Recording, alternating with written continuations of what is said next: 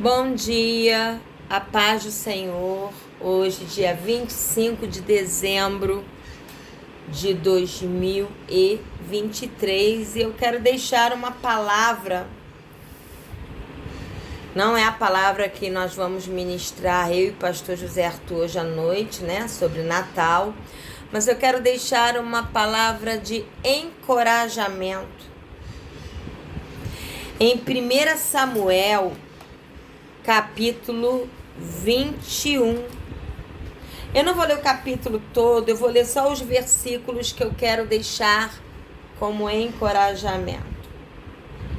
Aqui, esse capítulo 21 está acontecendo num contexto em que Davi está fugindo após se despedir de Jonatas. Ele estava fugindo da perseguição cruel e violenta e egoísta e invejosa do rei Saul.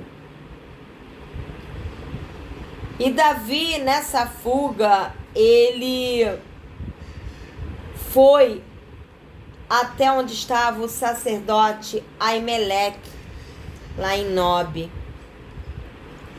E diz no versículo 3, após trocar ideias e relatar algumas coisas para o sacerdote Aimeleque, no versículo 3, Davi fala assim para o sacerdote: agora então, o que você pode me oferecer?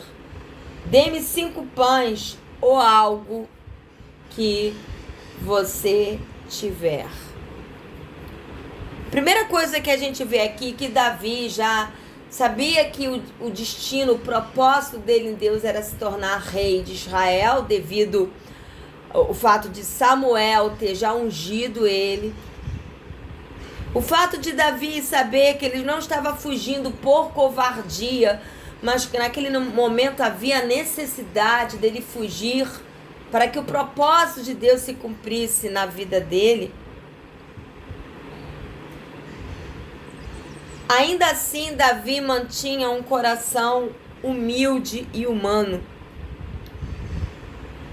E na presença do sacerdote, ele podia, se posicionar de forma meio assim: eu sou o futuro rei, eu sou o fortão, eu venci Golias, eu sou o máximo, eu não vou mostrar a minha humanidade, eu não vou nem demonstrar que eu tô com fome, é só vitória.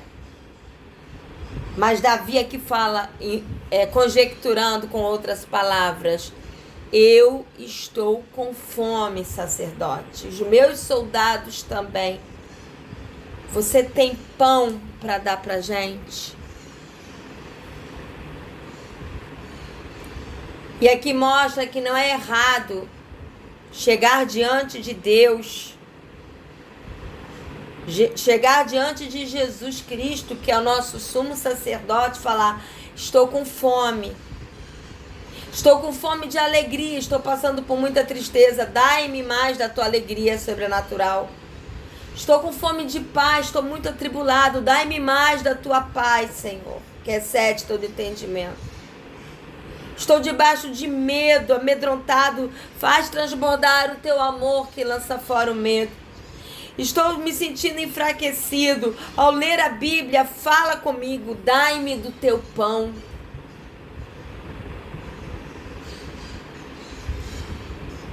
Não é errado colocar as nossas necessidades espirituais, emocionais e até físicas diante de Deus.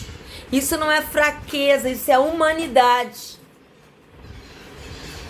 E quando a gente continua lendo, a gente vê que o sacerdote, depois de conferir que tanto Davi como seus soldados estavam em condições de comer o pão, porque não era um pão comum, era o pão da proposição, era o pão da oferta, era um pão sagrado, um pão separado.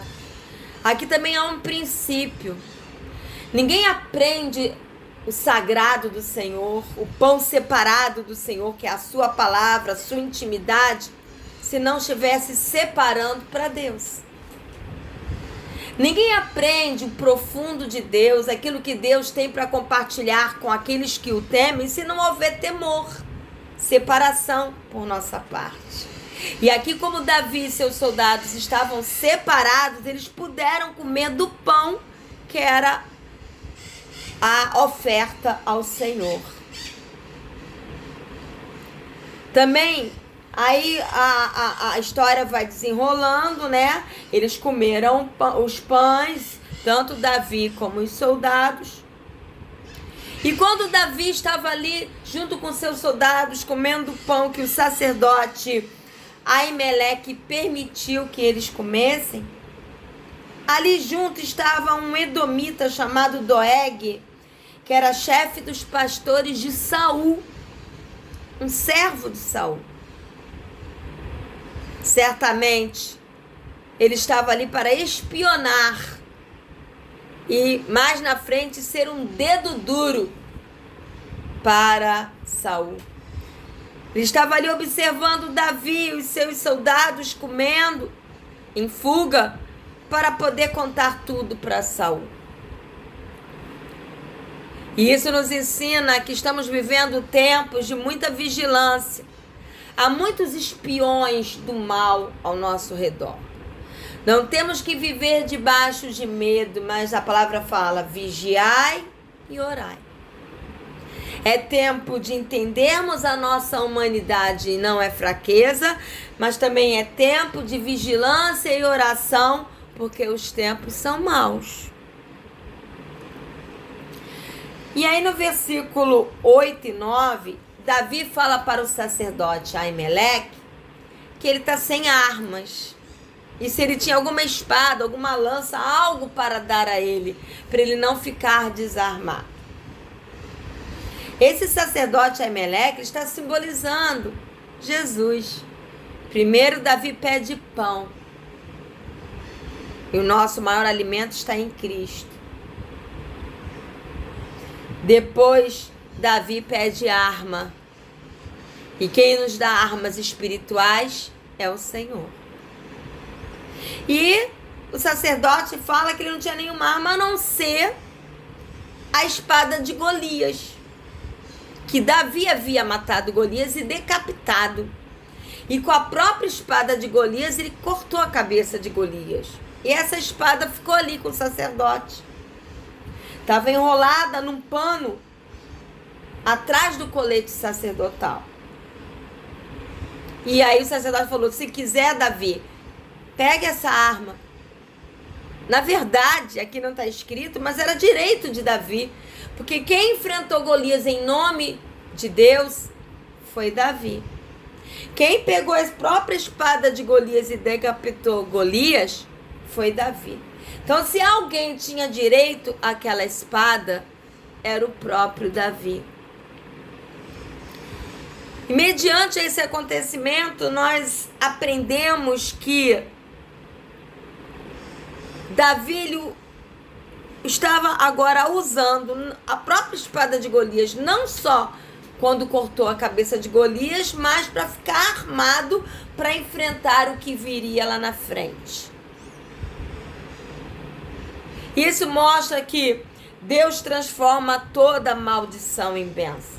Eu não vou ler, só vou citar, mas lá em Deuteronômio, capítulo 23, versículo 3 a 6. E Neemias, capítulo 13, versículo 1 a 2, depois você leia, eu vou repetir. Deuteronômio, capítulo 23, versículo 3 a 6. E Neemias 13, versículo 1 a 2, mostra que o povo de Deus estava sendo amaldiçoado por um falso profeta. E Deus transformou aquela maldição em bênção. E Deus fala: e eu fiz isso porque eu amo vocês. Depois vocês leiam lá a história. Isso significa que nenhuma maldição vindo das trevas ou da religiosidade pode nos amaldiçoar se vivermos mergulhados no amor de Deus que lança fora todo medo. Então aqui, quando Davi usa a espada de Golias, está mostrando que toda maldição se transforma em bênção, mostrando que aquilo que as trevas usam contra nós acaba sendo usado contra ela. É até um ditado popular feio, né? O feitiço se vira contra o feiticeiro, né? Aquilo que armam contra nós, o Senhor entrega nas nossas mãos e acaba se virando contra aqueles que armaram, usados pelas trevas. Porque o Senhor entrega os planos e as armas do inimigo em nossas mãos. E do versículo 10 ao versículo 15 de 1 Samuel 21 mostra que Davi ele chegou de uma forma amistosa, ele saiu de lá da presença do sacerdote Aimeleque e continuou a sua fuga, chegando em Gate, onde estava o rei Aquis. E lá Davi chegou junto com os seus soldados de forma amistosa. Não queria guerra, apenas ele queria se refugiar. Só que aí lembraram ao rei de Gate que Davi já havia matado milhares, muito mais que o rei Saul, que ele era um guerreiro poderoso, debaixo da unção de Deus. E eles se sentiram ameaçados. Sabedor disso, Davi se fingiu de louco. E muita gente fala que Davi foi um dissimulado mentiroso. Ele não foi. Ele sabia o propósito que Deus tinha na vida dele. Então, ali não era uma mentira, era uma autopreservação.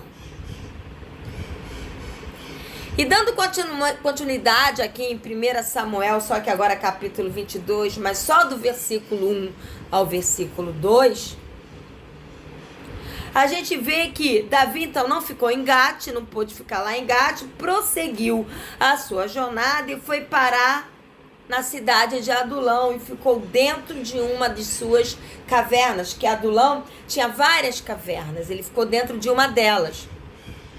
Adulão era uma cidade cananita em Judá, próxima a Jerusalém, e ficava entre Gate e Hebrom. E o significado de Adulão é refúgio. E ali ficou Davi, os soldados que estavam com ele desde lá do sacerdote Aimeleque. Quando souberam que Davi estava na caverna com seus soldados, os seus irmãos e a família do seu pai Jessé foi ficar lá junto com Davi. Mas foram 3 grupos se juntar a Davi na caverna de Adulão. O primeiro grupo fala aqui no versículo 2 de 1 Samuel 22. Também se juntaram-se a Davi todos os que estavam em dificuldades. Em outras traduções, fala que também eram aqueles que estavam em aperto. Significa tanto dificuldades como aperto, significa que eram aqueles que estavam sendo perseguidos, como Davi estava sendo perseguido. Então, os que estavam sendo perseguidos se juntaram a Davi na caverna de Adulão. O outro grupo fala aqui que eram os endividados. Isto é, aqueles que eram escravos por causa de enormes dívidas. Estavam vivendo debaixo de julgo da dívida. Esses se juntaram também a Davi. E o terceiro grupo eram os amargurados de espírito ou descontentes da vida. Caverna de Adulão aponta para entrar na presença de Jesus, ser salvo, entregar a sua vida a Jesus. Por quê? Porque os que estavam em aperto, em dificuldade, eram os perseguidos. E Antes de nos converter, nós não éramos perseguidos, ok? Porque vivíamos segundo o sistema mundano. Estavam nas mãos das trevas. No momento que a gente se converte, entrega a nossa vida a Jesus e passa a viver segundo o coração dele, nós travamos uma guerra com as trevas e passamos a ser alvos de perseguição. A Bíblia fala que aquele que quiser viver piedosamente, segundo o coração de Deus, será perseguido. A diferença é que quando nós estamos com os nossos olhos em Jesus Cristo, ainda que sejamos perseguidos, nós somos vitoriosos. Porque não somos destruídos por dentro. Somos fortalecidos na força que vem do Senhor. Todo jugo, todo peso é despedaçado debaixo da unção do Senhor. Endividados. A Bíblia fala que na cruz Jesus pagou a nossa dívida, cancelou o nosso escrito de dívida. Nós éramos escravos das trevas por causa da dívida do pecado, mas quando entregamos a nossa vida a Jesus e cremos no que Ele fez na cruz, no seu sangue derramado na cruz, a nossa dívida com as trevas é paga. Ele rasga o nosso escrito de dívida e somos livres das trevas e da prisão do pecado para viver para Jesus. E os amargurados de espírito significa que nós não vivemos mais debaixo de amargura quando entregamos a nossa vida a Jesus. Passamos por lutas, ficamos tristes, porém não amargurados, porque viver debaixo de amargura é como um câncer que nos destrói. E esses cerca de 400 homens que se uniram a Davi dentro da caverna de Adulão e foram liderados e ensinados por Davi, chegaram ali em condições precárias. Esses mesmos se tornaram os valentes de Davi. E lá em 1 Crônicas, eu não vou ler, só vou citar, em 1 Crônicas, capítulo 11, do versículo 10 ao 47, 1 Crônicas, capítulo 11, do versículo 10 ao 47, é uma boa leitura a se fazer, vai mostrando as características dos valentes ou guerreiros de Davi. E quem são esses? São esses 400 homens que chegaram na caverna de Adulão de forma precária, e que foram trabalhados por Deus, ensinados por Deus através de Davi, e se tornaram os valentes, os guerreiros de Davi.